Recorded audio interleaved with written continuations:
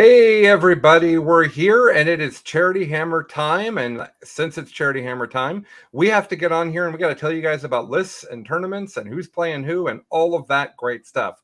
We have to do that. So I wanted to make sure we got that accomplished here. With me today, I have some wonderful guests. I've got Richard. I've decided not to lose games at Super Major Ziegler. I've got Michael. I got bored, so I made an incredible tabletop game, Timpy. And I am Colin, and I'm not only the creative director of Best in Tabletop, but I'm also the founder and the principal organizer of Charity Hammer. To introduce them differently, Richard is a founding member and one of the key people at The Art of War, which we'll get to hear about in just a moment. Michael is involved with Hammerhead Games, who's another one of our sponsors that we'll talk about. And Michael also invented the Outward Realms tabletop game that Best in Tabletop is a big supporter of. It's an amazing game that we'll let Michael talk a little bit about. It is not a competitor to 40K. I always like to throw that in, Michael. I feel like I want them to listen. And if I say like we want you to stop playing 40K and play Outward Realms, I feel like that's a bad pitch. It's like that's not good at all.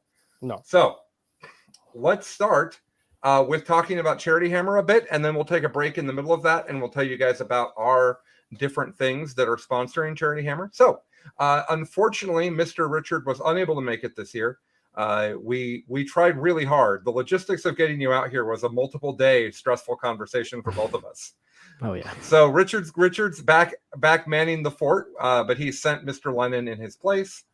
And we'll also have Anthony and Alex as well from The Art of War. So that'll be great. Mm-hmm. Michael is here. In fact, he's in my family room right now because we couldn't figure out a good way to sit next to each other here in my office. And Michael's here. He's going to do some playing. I'm actually not going to play this here, but we have a lot of really fun stuff happening at Charity Hammer. So for those that have never participated or seen Charity Hammer before, it is an 80-hour stream event that starts Thursday morning at 8 a.m. Pacific time. That's 11 Eastern. It's some other time in Australia. It's some other time in Europe. And it is a 4-stream mega charity event where we start playing 40K Thursday morning and we don't stop until everybody is blitzed tired Sunday afternoon at 4 o'clock. We're raising money for Child's Play, which is a charity that provides toys and games and video games and all types of great stuff for hospitals, children's hospitals around the world, Australia, England, and the United States and Canada in particular. And they've also started supporting domestic abuse shelters, which is something that I feel incredible passion about the sick kid thing. And then they're like, well, what about domestic abuse survivors? And I'm like, yes, that also. So really just a wonderful organization. Last year, we raised $40,000 for them. And altogether, over the 3 years we've been doing this, we've raised $100,000 for them. So this year, I'd like to raise $50,000 so we can up the amount of money we've gotten for them by 50%, which I think would be pretty darn cool. All right. So a bunch of stuff is happening. Excuse me. Of course, my allergies waited to attack till I started having to talk a lot. That's how that works. On Thursday at 8 a.m., we're going to kick it off with a presentation all about it's kind of a keynote, talk all about Charity Hammer. Immediately after that, at 9 a.m. Pacific, on stream 3 is going to be the Outward Realms tournament. Michael's going to take 4 people that are really, really good at 40K, and he's going to teach them Outward Realms like tomorrow, and then he's going to have them play Outward Realms against each other while he and his podcast co-host Drew will do commentary over it. So not only will you get to watch people play Outward Realms, which is a beautiful game that plays super well, but you also will get commentary from the man himself and his podcast partner. So Michael, this seems like a great time for you to say a few words about Outward Realms so they know what they'd be watching. Yeah, thank you so much. Outward Realms is a science fiction tabletop war game. Plays a little faster than a 40K, about 2 hours for a game. And it plays on a 4x4 table, roughly 20 to 30 models to a side. So maybe a bit bigger than a skirmish, but smaller than a full 40K sized game for people who are comparing the two. We've been calling it a platoon-sized game because that feels about right. And in the case of the Realm faction, which is one of the 4 factions of the game, it is actually a military platoon for that faction. So of course it works on that levels. Yeah, I mean, why not? So yes, and we have 4 factions. We launched on Kickstarter last year. We fulfilled our non-rulebook and non-international orders early. so like months early, which was pretty cool. Everyone else, unfortunately, overseas, and if you got a rulebook as part of your order, you're waiting for Wave 2, which is coming out as soon as the rulebooks come in. This is the first time we've hit a supply chain issue in our whole process. Getting books made, real hard right now. But I'm really excited to be able to show the core rulebook and the FAQ, which got released after our KublaCon tournament, which was not only completely full at KublaCon, which is the same event that has BAO at it. So we were not bright, and we ran it at the same day as the main day of BAO, because why would you ever make things easy for yourself? and there couldn't possibly be any overlap between 40K players and OR players. Right. But it was completely full and had a wait list. So that was great. And after that, we put out our FAQ.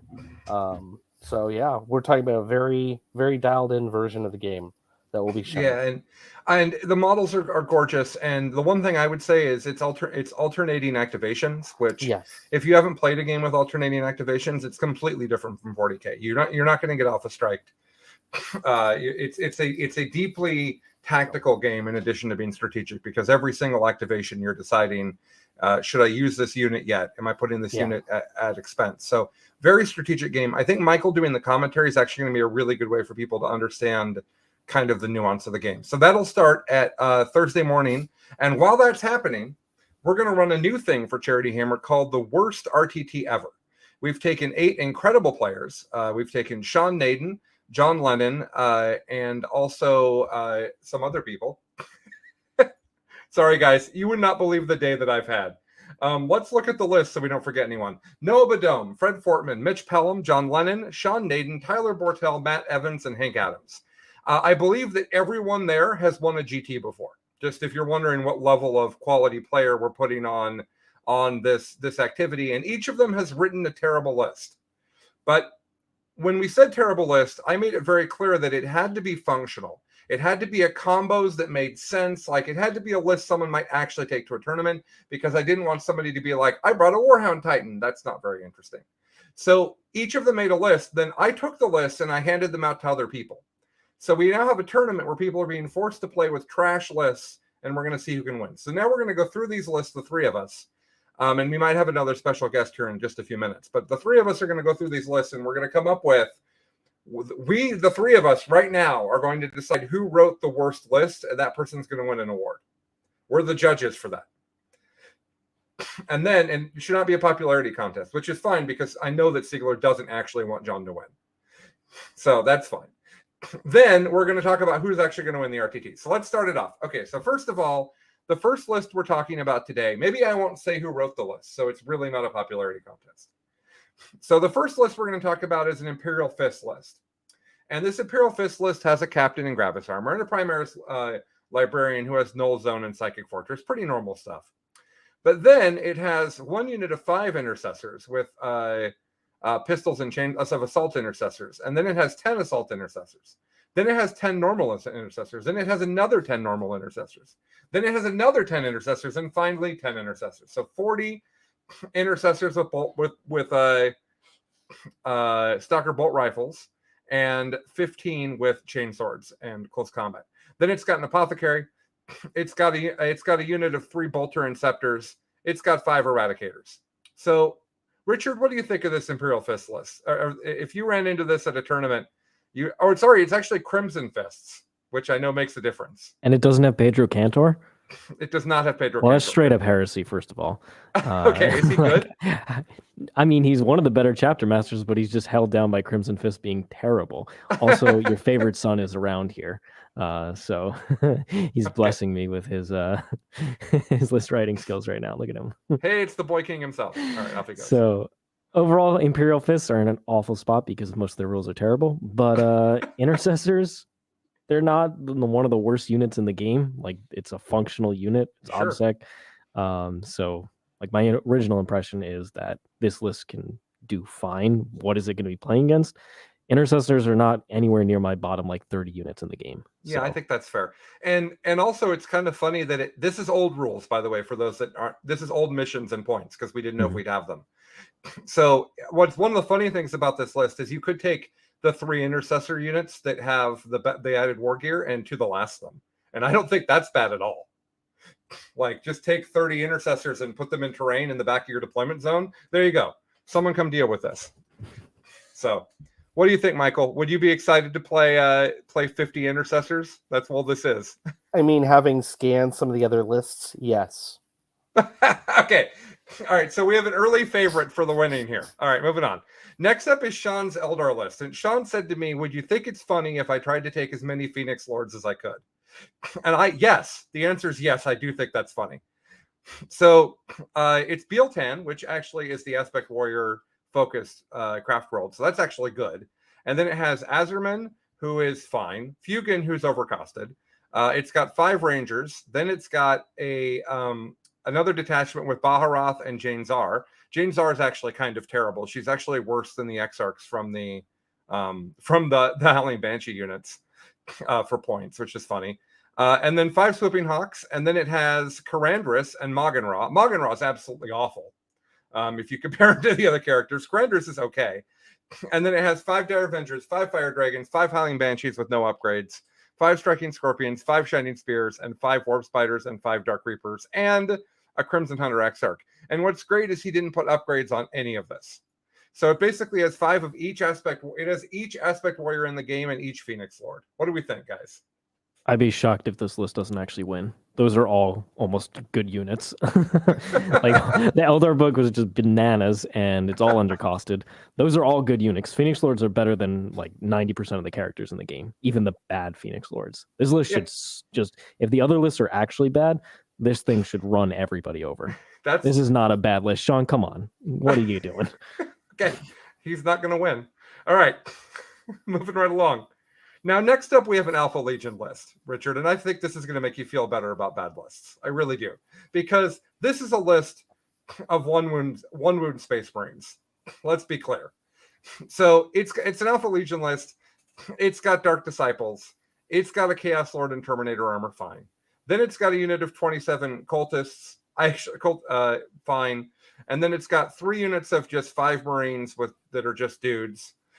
Then it's got 2 Hellbrutes, a unit of 10 Possessed, a unit of 5 Combi Plasma Power Axe Terminators, a unit of 5 Chainsword and Bolter Bikers, a unit of 5 Raptors, and then 3 Chaos Vindicators, which I presume is to use the kill shot strat, a Helldrake, and a Rhino. So I think this is worse than the Eldar list or the Imperial Fist list, just because it's Chaos, right?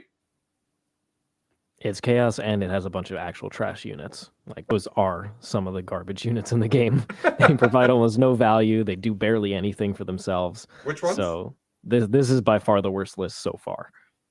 The other ones actually are running relatively decent units. So what are the worst things in this list, just for people? I mean, Hellbrutes are terrible. Vindicators are awful as well. Like, Vindicators are at least T8, which might be good in this weird meta. Regular Chaos Space Marines, I mean, what are they doing? The Vindicators actually have to carry this game, hilariously. Yeah. I think there's some subtlety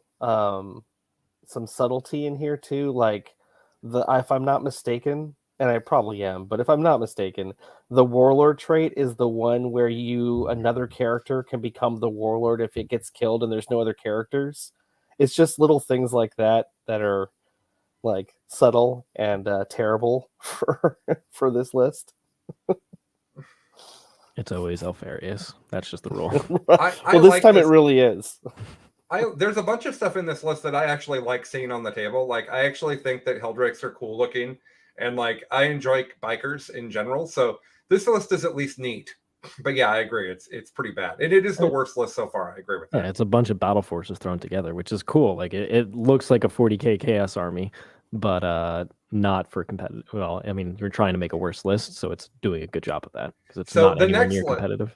Yeah, absolutely. So the next list might be my winner for worst list. And it's because it comes from the poor Guard Codex, which I presume you rate, Richard, as one of the worst codexes in the game right now. Yeah, it's an 8th edition codex, yeah. Right. So it was struggling at the end of 8th, and now 9th has come out, and everybody's gotten way more powerful. Mm-hmm. So it is a I don't know what subfaction it is. It doesn't say. So it's got a Primaris Psyker, and then it has 3 units of 8 Ogren, not Bolgren, Ogren with Ripper guns. Then Now it we're has talking. 3x10 ratlings, which it might be enough ratlings to actually kill a character, which is funny.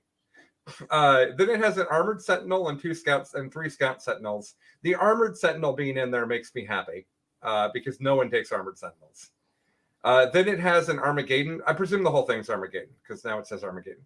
So then it's got the Gaunt's Ghost unit, which is like a bunch of dudes who all do crazy different things from each other, and none of it's worth the points, is my understanding. Then 3 Astropaths, and then 3 units of 6 Weird Vein Psychers. 3 more Scout Sentinels, another 3 Scout Sentinels, 2 Hydras. That's the guard list. I think this list really embodied the challenge. What do you guys think? I think Alpharius is in trouble. He should hide from that. It's going to wreck it will clearly wreck the Chaos list because it does have a bunch of shooting and it will have Vengeance for Cadia. So the Chaos list is in trouble, I think. What do you think of this? Yeah, talk about giving up secondaries here. The max on Assassinate just from Gaunt's Ghost. This is not ideal. John had to have written this one. I bet he wrote this one. Mitch wrote this. Mitch wrote that? Oh, okay. Fair but enough. I'm making John play it, Richard. Oh, John gets to play this? This is amazing. Yeah.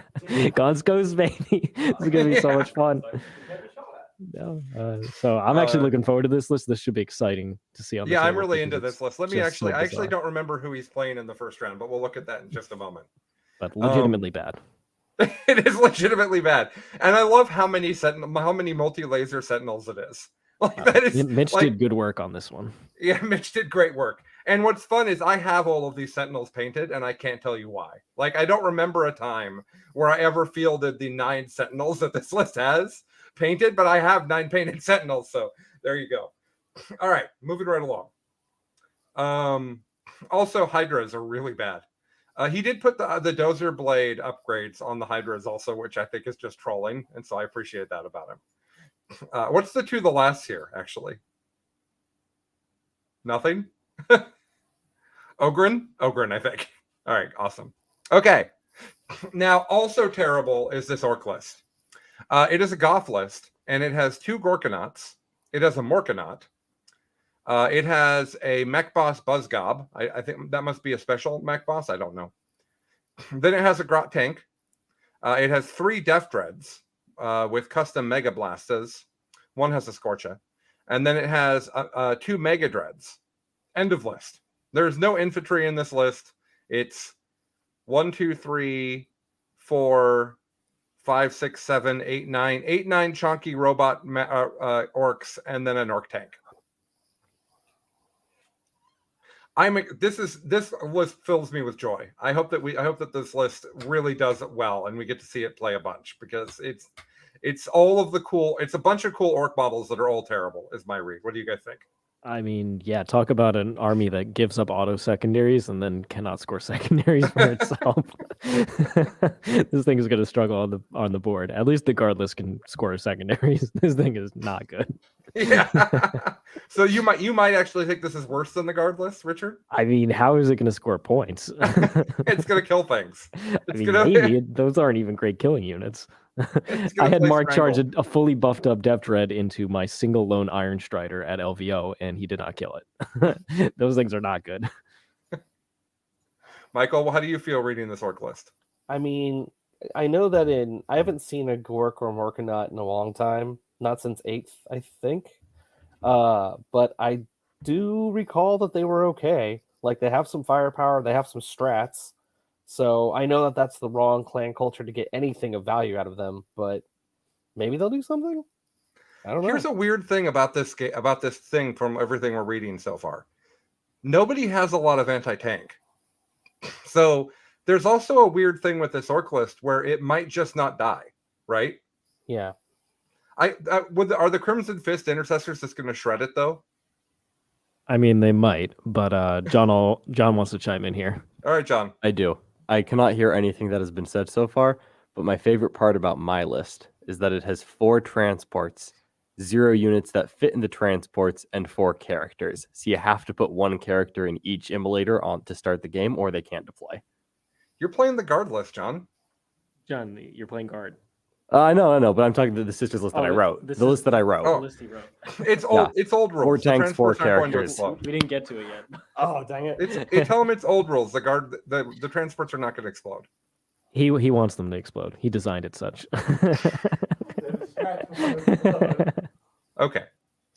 I thought one of the lists has a Vindicare Assassin. I thought. Did I just miss that? Was I it thought. the Oh, I guard think list? John took a Vindicator Assassin, which amused me because I know that that's like the worst assassin. Okay. Done with orcs. Moving on to I was involved in making this list. We thought it'd be funny for the Tyranids to try to participate in the terrible list competition, but Tyranids are such a broken book that it's a similar problem to what Richard described with Eldar. So what we did instead is we made a version of the Double Stealer Kraken list that John and Alex and I won so much with in 8th edition that was literally the S tier list.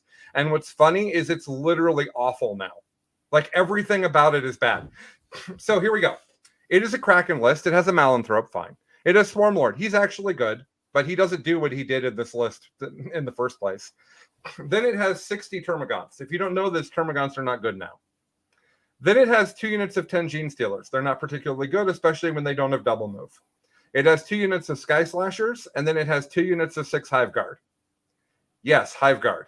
They have Impaler Cannons, so they're the indirect Hive Guards. The Swarmlord is the only Synapse in this list. So the Swarmlord has to see the thing the Hive Guard are shooting at, or they're not shooting, or they have to see it. If they want to shoot indirect, the Swarmlord has to go scout for them. This list has almost nothing in it.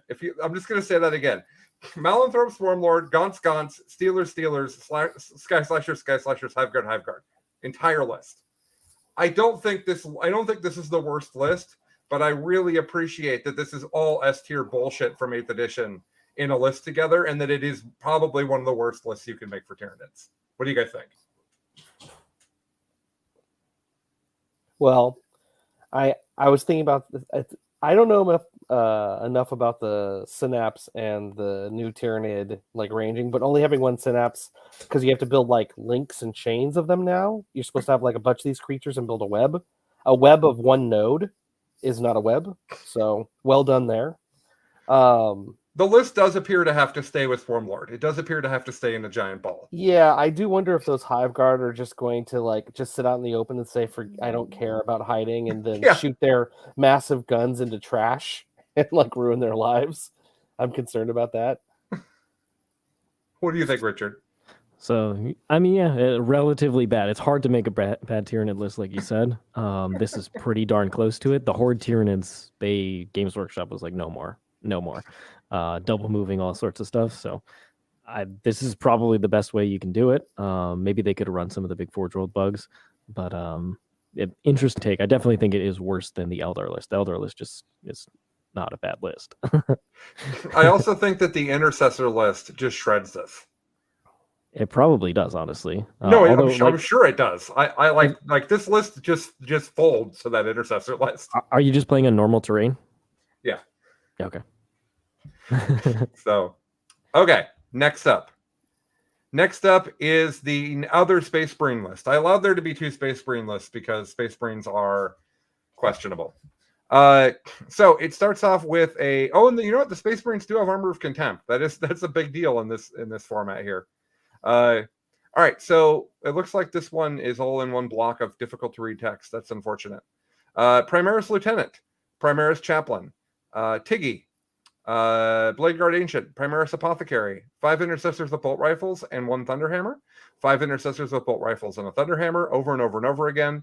Let's see, 1, 2, 3, 4, 5, 6, 7, 8. I don't know. Some large number of 5 guys, and then it has it's 6 units of Intercessors with 6 Impulsors. That's what it is. That's the list. 6 Intercessors, 6 Impulsors, and characters for Ultramarines. What do we think? The Impulsors are upgraded with Iron Hail Sky Talon arrays. I don't know what those do, but it does have them. It's Just a bunch of shots. Yeah, it's a bunch of shots. Actually, with Ultramarines, this isn't that bad. Like same energy as like the to me as the Interceptor list or Intercessor list above, because Ultramarines actually like this sort of thing. So maybe Does the list have Seal of Oath? The Oh, Warlord good trait? question that is. Let me look. If it does, like it can put out a decent amount, but honestly, it just plays the mission so well. Most of these armies don't play the mission that great, except for the Eldar list and the Tyranid Right. one. So if you just run up on points, like the damage of these lists is pretty low overall for most of them. Yeah. If you just run away with the mission, it doesn't matter. They can't kill you fast enough. This list can actually soak up quite a bit. Like the Mortal Wound spam on the guard list, this thing will soak it up quite easily, and then dump intercessors everywhere. So it's actually can play the mission in a meta where there's basically no damage. It can play the mission pretty well. I actually think 6 impulsors is weirdly good, right? Like that's similar to how I feel about the orc list. What if people just can't kill them? Is my thought. So, okay. Finally, we have John's list. It has a Vindicare Assassin. It has the Triumph of St. Catherine. It has, oh, I'm sorry, which kind of sisters is this? It is Unshakable Vengeance and Guided by the Emperor's Will. I don't know what either of those things are. I didn't even know they had custom traits. So they're probably not good. It has 2 units of 20 sisters with 4 heavy bolters, condemnor bolt guns, power mail, simulacrums, and incessor cherubs. Those are all real things I'm sure that they can take. Then it has Astrid Thurga, which is the warlord with the Beacon of Faith. That's a hell of a name, Astrid Thurga. 10 dominions with the blessings of Sebastian Thor and 4 stormbolters. Then it has 4 immolators with heavy bolters. And then it has a missionary, a dialogus, a preacher, an exorcist, and 3 penitent engines. End of list. I don't know sisters well enough to really know that this is bad, but I bet Richard's played enough into sisters that he has an opinion. The Sisters are an amazing army. This is similar to the Eldar, where it's hard to find bad units in Sisters. Whatever her name, Astra Thurgood, is one of the few awful units. So is the Triumph. So they The just Triumph is basically awful. do. The Triumph was in every list for a long time. Is it This bad is now? 9th edition. She basically does nothing. They got rid of all the cool rules and Oh. her miracle dice manipulation, and now she's just a really That's sad. hard to get That into model's combat so character. dope. I'm It sad is an about awesome that. model. So for whatever reason, they nerfed her. So the other character with the banner is awful. One of the worst characters in the game. Outside of that, the rest of the stuff is pretty darn decent in this kind of meta. So Yeah, overall, I don't this think and units of 20 sisters is bad at all. No. This is very much like the Elder list, where if you just run this against other terrible lists, like the first couple rounds of RTTs, you would still get wins. Yeah. Okay. All right, guys. What do we think is the worst list of this group? Michael, you first. What's worst? Yeah, I'm scanning back through it because, Richard brought up something I didn't think about initially, which is how well can a thing in here accomplish whatever mission it gets landed on. And of all the things that are available in this veritable buffet of sadness, I gotta say, from a mission perspective, the worst is probably the orc list. Because it has 13 3, models? 4, 5, 8 units, right? And if it loses any of them, its ability to go on a point, none of it's obsec. So you throw one guy, if you have any obsec in your army, you throw one guy on there and that knocks them off. Or if they lose a model through misfortune, which could happen somehow in these, then their ability to impact the board is just gone, right? So yeah, I would say the orcs. I think they have the least flexibility and they're the most brittle for actually taking damage and coming back from it. Okay. All right. Hey guys, it's Falcon. Hello. Hey, how you guys doing? Good. How are you? I just got out of a car that I drove for 9 hours, so I'm doing amazing. Yeah, because now you're not in the car anymore. Exactly. The last half hour was through a thunderstorm, which is why when I said I'd be here in 20 minutes, it took 30. Yeah. But other than that, it was great. I had a drive to a tournament one time where the last 2 hours of a 6-hour drive were the heaviest fog I've ever been in my entire life. Yeah. And I remember thinking, do I die? Am I just... People are going to say, why'd Colin go to that Warhammer tournament? He killed his whole family. What? You don't want the terrible inclement conditions at the end of the journey. No. Well, the first charity hammer I went to, as we all recall, I almost died 3 times, and then I missed my flight because I didn't bring my passport. So it was quite a rush, that drive. So it's what I'm kind of used to at this point, living where I do. I'm probably going to die one of these days on that road, and just waiting. I got 1 week You left have up like here. a bunch of kids. I'm going to encourage you to not do that. Well, I'll do it when I'm by myself. I'll at least give us that. So The kids need you, even if they're not Oh, I in the guess car that's when true. you die. I Okay. guess. Have you had a chance to look through these terrible lists, Falcon? I did while you guys were talking. I mean, Michael is right in that the orc list is absolutely the most god awful thing I've ever seen in my life. Other than he chose Goffs, like Seth. I think that's Seth's pandering to the audience there, and I call bullshit on him doing that. Other than that, it's probably the Ultramarines list because that's another pile of garbage. But Oh, see, I think the guard list is the second. I'm Yeah, gonna. that Ultramarines list has a ton of OBSEC though. I just saw the all the impulsors and I was just like, Yeah, but it has 6 units with OBSEC yeah, that are mobile. yeah. But Gaunt's Ghosts is in the guard list, and that is an underrated unit in my opinion. Oh, Seth says you have to take Goffs in order to get the special character. Oh, okay. Well, he's why did he bother taking the special character? Just not do that. And Because he's take trying to a- make the list terrible. Yeah, I thought wants that to was be clear. bad.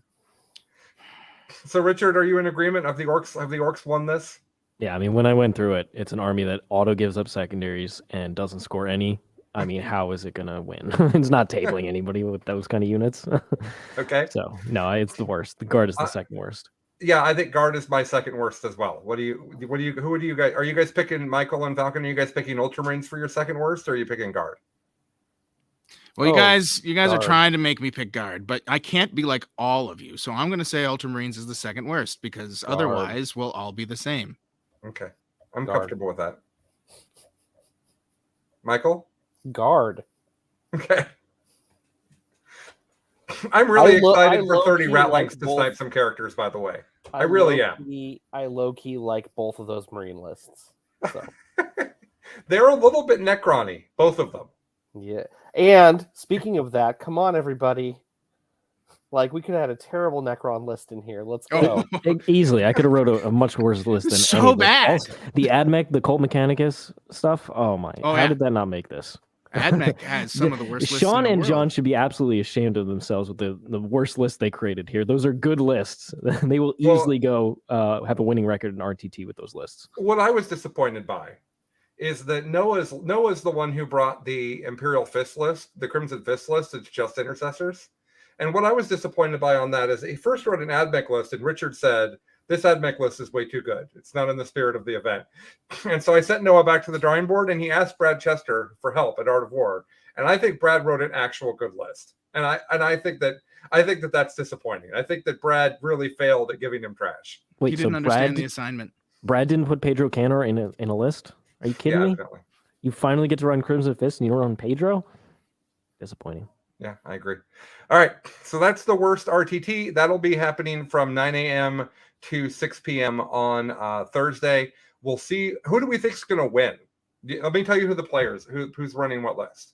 So John's playing the guard list. That was important to me. That was like the first thing I did. So Noah's playing the Ultramarines. Fred Fortman's playing, he made the Chaos list, which I also think is trash. Fred's playing the Imperial Fists. Mitch is playing Sisters. John's playing Guard. Sean's playing Orcs. Tyler's playing Alpha Legion. Matt Evans is playing Nids, and Hank is playing Eldar. So who do we think wins this? I think Hank playing Eldar is a really good choice Yeah. because that Yeah. Eldar list is really good. What do you guys think? Fred or Hank. I think it's going to be Hank. I mean, the Eldar list is insanely actually good. Yeah. Phoenix Lords Like- are broken. And the Go worst ahead, thing in Falcon. this list is what? Malgan Ra, and he's it's not even bad. Yeah, he's Yeah. not even bad. He's think we're- overcosted. But Yeah, I not think by we're much. fine. I think Hank is going to just steamroll everybody.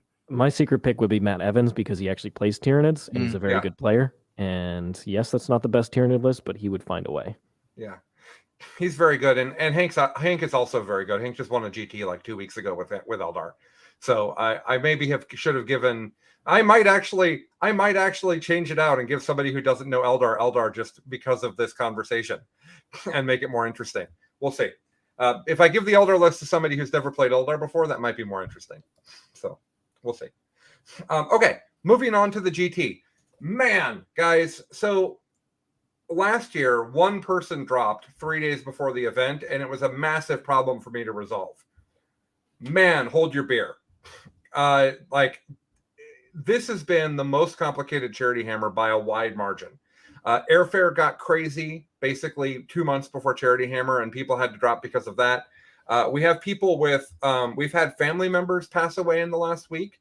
We've had people get COVID in the last 24 hours. We have 2 people that are too sick to travel that don't have COVID. So the roster is changing quickly. And in case that wasn't enough, we also have new missions that just came out, and we're supposed to get new points this week. And so it occurs to us that we shouldn't do the GT without new points and new missions. So we're for sure doing new missions for the GT. We'd like to do new points. So I have not made anyone submit their lists, despite the fact that the GT starts on Friday. So we don't have lists. And then I had the problem where people are dropping and I'm adding people in to keep the event going. And so I couldn't do a bracket of people ELO ranked and put all together. So we left the ELO ranking in, and what we did is we made 4 pods of 6 people, so that as people drop, I can just move the pods around. And what we're going to do on Friday is we're going to have those pods play RTTs with each other. So there'll be each of the people will be in a pod of 5 other people. They'll randomly play 3 other people from their pod. The 2 best records from each of the 4 pods will go to an 8-person single elimination tournament. Here's what that does. First of all, it means that if I have 5 people get COVID in the next 24 hours, I can just make the pod smaller. That's the big advantage of this. But what it also means is that when on Friday, when we decide who's in the final 8, we can then take those final 8 lists and put them into a challenge bracket and let you guys all vote on how people are going to do, which we know you love, and there was no way to do it. So what we're going to do is basically figure out who's in the 8-person tournament and then let you guys predict your brackets from there. So we don't have lists, but we do have who's in the brackets. So I'm going to go through the brackets, and we'll say what people are roughly running, because with new points coming, and we don't know them, just so we're clear, nobody has the new points. So it's not like Art of War is secretly giving us the new points. Not at all. Nobody's giving us points. We don't have points. Nobody has a list made. But I can tell you roughly what's going to be in roughly what people are doing. So here's pod number 1, everybody. Pod number 1 has John Lennon, Hank Adams, Lucas Troller, Jesse Sell, Josh Bagwell, and Paul Winters. Lucas isn't coming anymore. So let me say that again. John Lennon, Hank Adams, Jesse Sell, Josh Bagwell, Paul Winters. John's playing Sisters. Hank's playing Ulthway, not Hale. Hank and I don't play Ulthway, or don't play Hale, rather. He's playing Ulthway. Jesse's also playing Sisters. Josh is playing NIDS. He actually went undefeated at Storm with that list. He plays a Chronos list that is very shooty. It has triple Tren effects in it. It's basically triple Tren effects and then like everything you possibly can take that has a heavy venom cannon. And then Paul is bringing Keeper Rush with Demonettes. So from this first bracket, who do we think the 2 people are that are going to move on? I think it's fair to say that we all think John Lennon's going to move on. But who do we think the second person will be from this? Anybody have an opinion? Hank. You think? Okay. Jesse did this one BAO with Sisters. We could have. Well, I was going to say, Sisters. I like to think it'll be double Sisters with that grouping. Okay. I still think Eldar are pretty good into Sisters, so Oh yeah, but I'll bet on the elves. I like Sisters into Ulthway better than into Hale. So I played Ulthway into Sisters on Sunday, and it went really badly for my opponent. He made a deployment mistake that I capitalized on the first turn, but just watching the units interact, yeah, I agree with Richard. Eldar is really good into Sisters. So the pairings will matter a little bit, and they will be random. In the first round, yeah, John and Jesse aren't playing Amir in the first round. I can tell you that. So, okay. Next bracket, we have Sean Naden. Now, Sean's playing Orcs. We should probably talk about that for a moment. Sean is not interested in playing Eldar. And so he has been hobbying up Orcs. And when confronted on this, Sean has explained that Orcs also have pointy ears, which I think is a pretty good response. I'm very pleased with that. I have no idea what is in Sean's Orc list. I know that here's what I know about his Orc list. I know that Gaz is in the list, and I know that he has battle wagons, because those are the models he showed me. So that's what I know about Sean's list. Then he's got Tyler Bortel, who's almost certainly playing modern Kraken Nids. Mitchell Hunter's here. Now, you guys may not know Mitchell Hunter. Mitchell is the best Custodes player I've met at the moment. He beat Hank Olthway at a tournament a month ago. He goes undefeated at stuff regularly. He is a very methodical Custodes player that really understands the army and has played it a ton. Unfortunately for Mitchell, Custodes I think have been pretty heavily nerfed and aren't really as good as they used to be. But he's not to be missed here. Then we've got Josh Schutz. I don't know Josh well, but I think he's an East Coast guy, so maybe Richard's played him some. I don't know that. He's on Sean's his team, so we played him at the Las Vegas team event. He was running like 18 Hive Guard at that point, or 12 Hive Guard. Okay, he's playing a Forces list because he wanted to be different, so he's got Gene Stealer Colt with his Tyranids. Then we've got Noah Badome's Tau. Noah plays a couple Devilfish, and then he plays Farsight Enclave. With a whole bunch of one big unit of suits, and then a bunch of he likes the little 3-man suit units with the drones. And he likes I know he's got some stealth suits in there. I've played this list a bunch, but I'm not a Tau expert, so it's difficult for me. But that's his Tau list roughly. Then we've got finally JT Steiger. JT plays Grey Knights. He's currently playing a big unit of Paladins, and then at the Best in Tabletop Open he had 3 Helverin to back up his Grey Knights, and then the rest of the unit is basically dudes, strikes, and normal dudes. So who do we like out of this bracket, guys? Definitely Tyler on Nids. I mean, I don't know what Sean is going to do with Orcs. He's a great player, but Orcs are on the struggle bus right now, so I'm not sure how well he's going to do, what his list is. So, but Lucas did beat some Nids players this weekend, Richard, but that's Lucas beating Nids players that are not Tyler. Yeah. I'm going to say Tyler and Noah. Oh, and Noah. Okay. Yeah. The Tau is just going to shoot people off. I think the Custodes are in a bad set, are a little bit in trouble here because they found themselves in a pod with a lot of really high AP shooting. That's kind of how it seems to me. I guess Tau's not particularly high AP, but it's a lot of shooting, which maybe the Custodes don't want. What do you think, Falcon? Who do you think? I think Tyler's like a guaranteed in unless something crazy happens. You want to say Sean always, and that like Gaz and like 3 battle wagons is something you've see some GT like top 4s at smaller events. So maybe in his hands he'll make it work. I know Lucas was trying to make that work for forever and got real mad at it and kind of threw it away. But it's Sean. So like I'll say it's Sean. Because he knows how to play the board. He knows how to play the mission better than basically anybody in the world. So you got to give it to him. He'll figure it out, if anybody will. Okay. I'm going to go with the Custodes player. Okay. Put my faith in him. Do you actually like Custodes in the current meta? Well, I'm sorry, in the meta that's dying? They're still very strong, and on top of that, they have good matchups into the other armies in that bracket, including Orcs. Orcs, they're pretty good in Orcs. They definitely have. If you're a good Custodes player, you shouldn't be losing Orcs. So even if it's Sean. All right. Gotcha, Mitchell. Pickles says that you need to pet your cat, Falcon. I've been trying. Like she's been alone for 3 days, so she's just super needy right now. Yeah, fair enough. All right. Our next pod is Anthony Vanilla. Now, Anthony wanted to play CSM, but I have read the Emperor's Chosen strats, excuse me. And that rule set is bonkers, and we don't have all of it. So I'm probably not going to let him play 3/4 of a rule set that everybody hasn't seen. The other army he brought is Blood Angels, which he went 4-1 with at the tournament last weekend. I will tell you that my Ulthway list had literally no answers for that. We went on stream and I got trucked the worst I've been in years. It was really bad. He basically moved his entire army to the middle of the table, and my Ulthway list went, okay, I can't kill any of that. Oh, it's all on me now. I'm dead. I lost my entire army in 3 turns. I haven't lost that bad in a long time. So the Blood Angels list is very real. It is very 2-dimensional.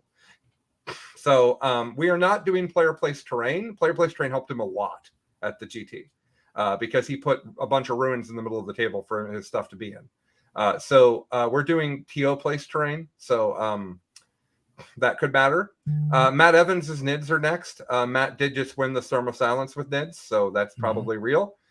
Seth Oster's Tau is next. I don't know actually what Seth runs for Tau. Then Naj is not going to be able to come, so we won't worry about him. And then this bracket's only 4 people now. This bracket is Anthony, Matt, Seth, and then Billy playing Hail of Doom.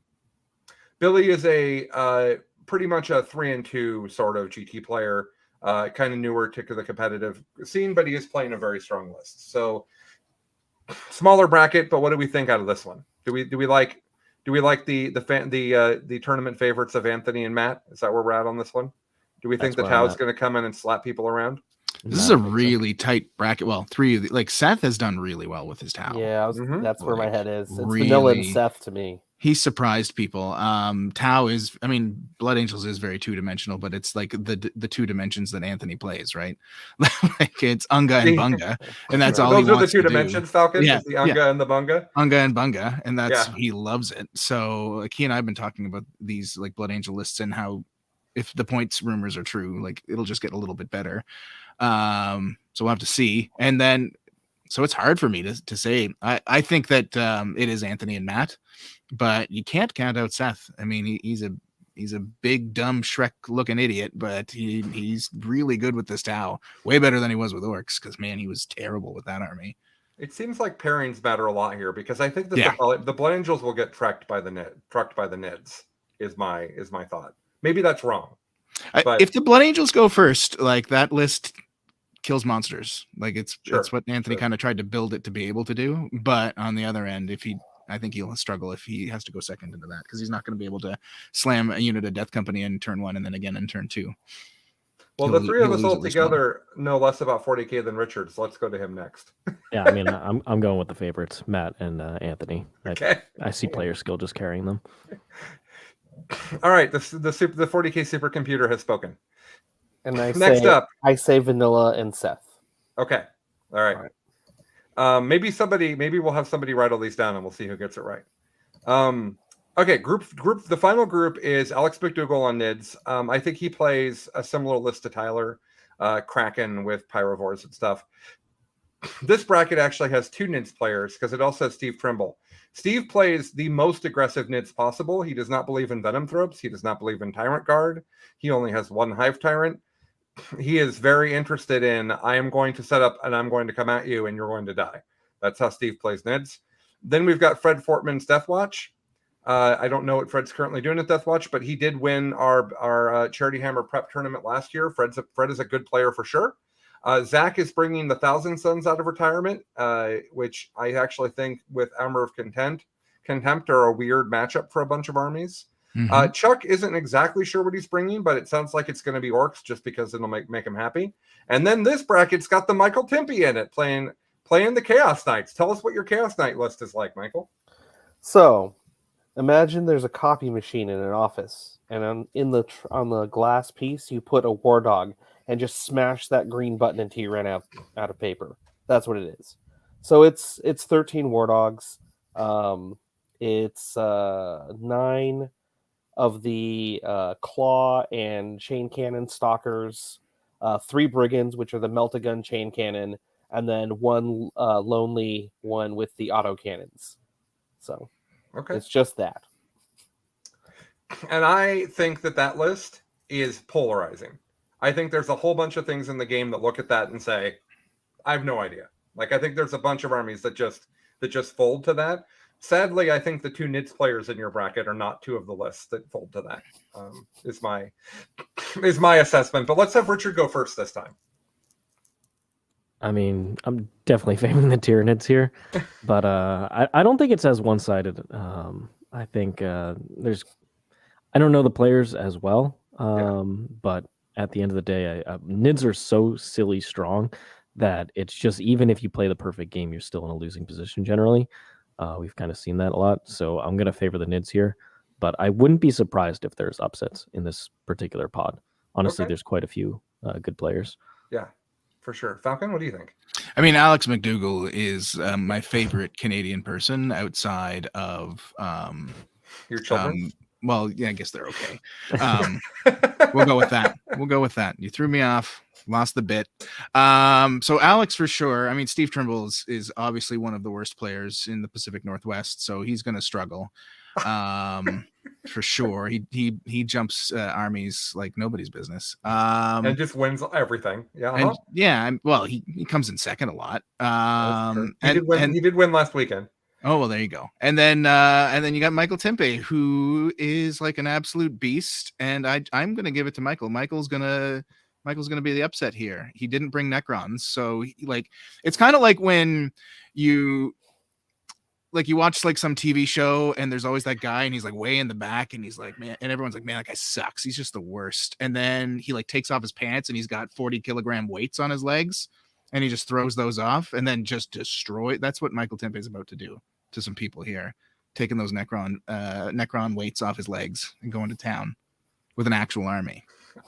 I don't know how to take that, Michael. I guess you take that well. It's very complimentary. Now there's a meme of me coming in from the crowd carrying a chair very slowly towards somebody to hit them with it. That's sort of what I picture. Yeah. Because as I've made the smoothest brain army possible, and I have to make the smoothest brain choice, which is me twice. I'm gonna smash the button over and over again because it's all I know how to do. Just like in Battlescribe where I hit the War Dog button until it wouldn't let me push it anymore. Here I'm gonna smash my name until it doesn't let me hit it anymore. So this was great fun going through the pods. And what's hilarious is if we get points tomorrow, all of this changes.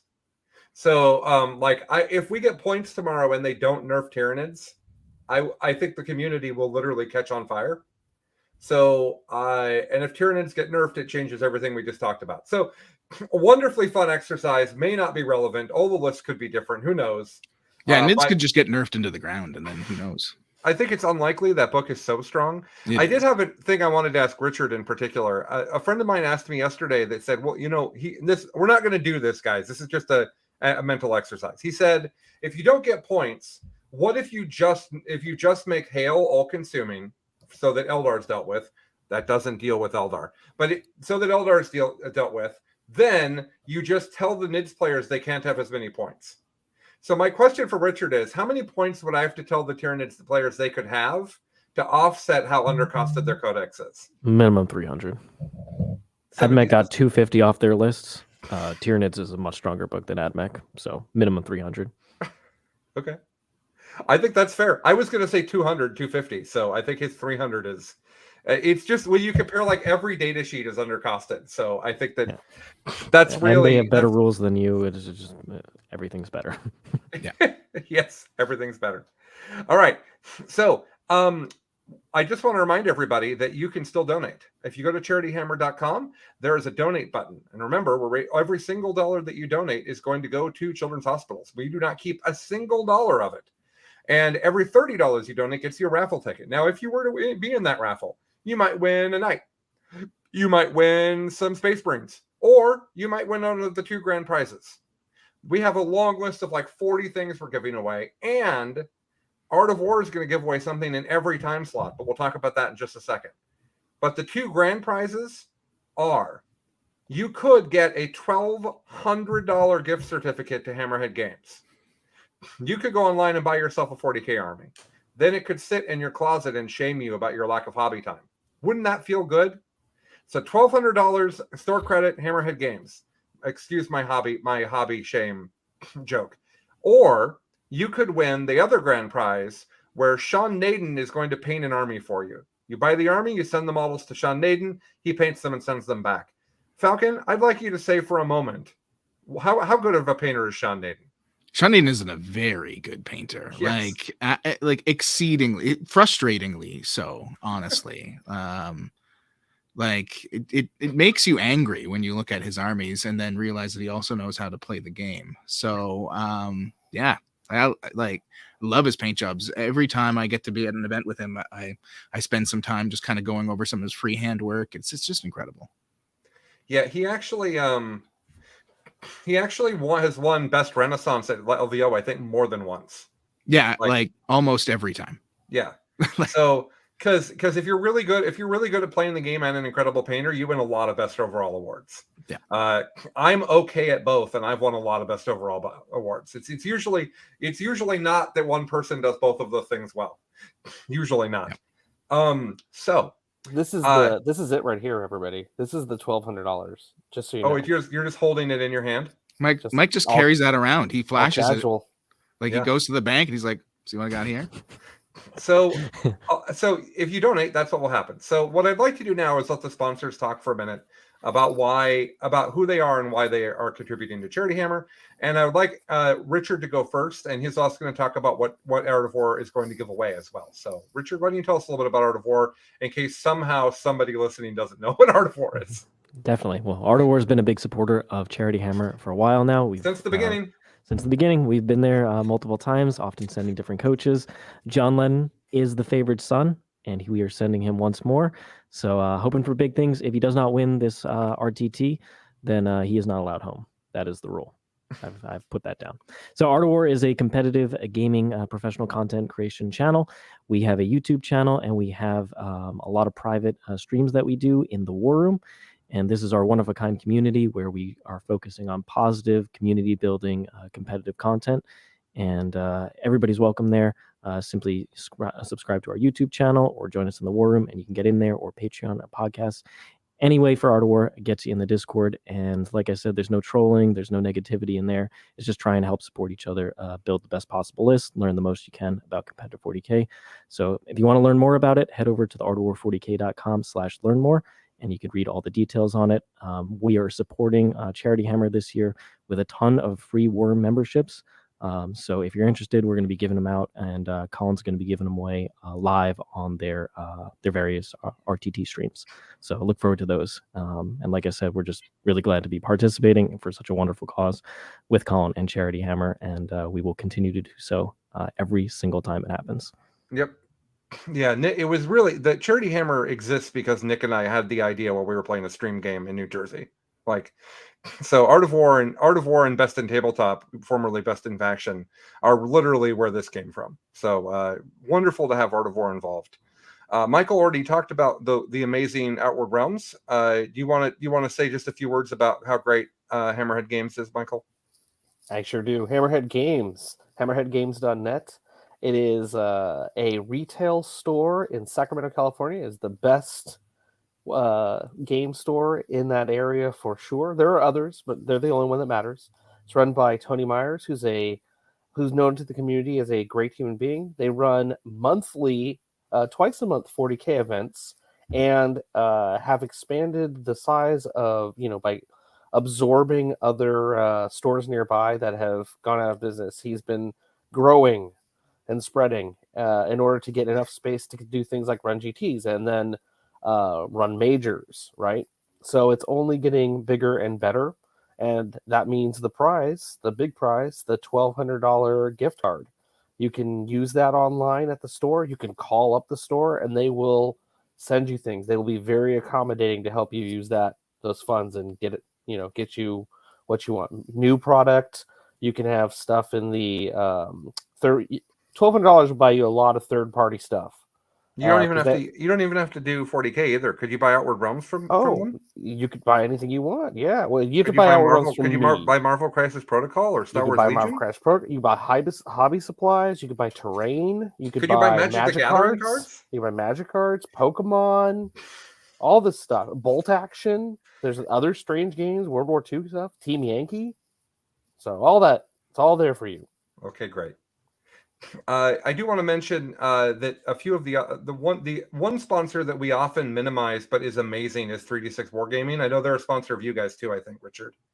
They also made the premium OR stuff as well. They're so great, and they've been so chill in working with me for Charity Hammer. They volunteer every year to do the objective markers for us for free. They send us a bunch to use, and then after the fact, you can buy our objective markers on their website. And by the way, we're going to take a set of objective markers and have everybody sign it and raffle that off too, which I think is a kind of a fun gift for someone to have to have Charity Hammer objective markers with everybody's signatures on them. I think it's pretty neat. So you'll be able to buy those from 3d6wargaming.net, I believe is their website, after the fact. So, and then the biggest sponsor of Charity Hammer, just because it is me, is Best in Tabletop. And if you don't know, Best in Tabletop is a network of tabletop gaming content. We are actually expanding beyond 40K to do other games as well. We're aggressively doing that right now, so that's kind of a differentiator. We also have a community similar to Art of War. Both communities are wonderful. I'm in both of them. Many people actually. The Venn diagram of overlap between the two communities is significant. But we have a number of different shows with many different hosts. It's our network's very focused on entertainment while also being informative. So you can find us at YouTube where you're watching this video right now, which makes it pretty darn easy. So there'll be more about Best in Tabletop, Art of War, Outward Realms, all the sponsors as we go through the weekend. One other sponsor that I cannot forget, because they always sponsor us, is Army Painter. So that you're another Art of War sponsor, Richard. Is that okay? Same Army here too. Well, oh, for you, okay. Army Painter's great. Their paints are wonderful. I love their method of kind of helping people paint quickly. I think it's really cool. They donated a bunch of mega paint or speed paint box sets, I think, and then I think they're also sponsoring a meal. Tabletop Titans is also sponsoring some meals for us. They weren't able to come this year. When we started doing this, no one was doing streaming for 40K well. And Tabletop Titans and Art of War are two of the companies that have just said, we're going to do it great. So it's wonderful to have Tabletop Titans participate. And then also Child's Play is feeding us for a meal, which I think is really nice. So they're sending us pizza on one of the days. So a shout out to Child's Play for free food. They also sent us a bunch of t-shirts that are not in gamer sizes. So they're in Richard gamer sizes. They're not in Colin and Chuck and Mark Perry gamer sizes. So lots of sponsors. More on that Thursday morning. So thank you, everybody. Thank you, Richard and Falcon, for 9 hours in the car and then jumping on with us. Michael from being in my family room. I really appreciate everybody jumping on. Charity Hammer is going to be absolutely amazing. I'm so incredibly excited. I do want to say one more thing for y'all. We're going to do it differently this year. There's going to be a main stream that has commentary and interviews and talk show segments, and it's going to be like a full show and not just games. Or you're going to be able to just go watch the games. So you're going to have the option this year, and we'll make sure that's clear for all of you guys as we go live. So 8 a.m. Thursday morning, find us at youtube.com. Go to Best in Tabletop, and that is where the mainstream will be. I believe we're also going to be mirrored out on Art of War and Frontline Gaming. So should be pretty. Oh, and on War Games Live as well. So it should be pretty easy to find us. Thank you, everybody, and we will see you guys in just a few days for my favorite thing of the whole year: 40 nerds coming in and trashing my house. Thank you, everybody. Have a great day. Bye now. Bye-bye.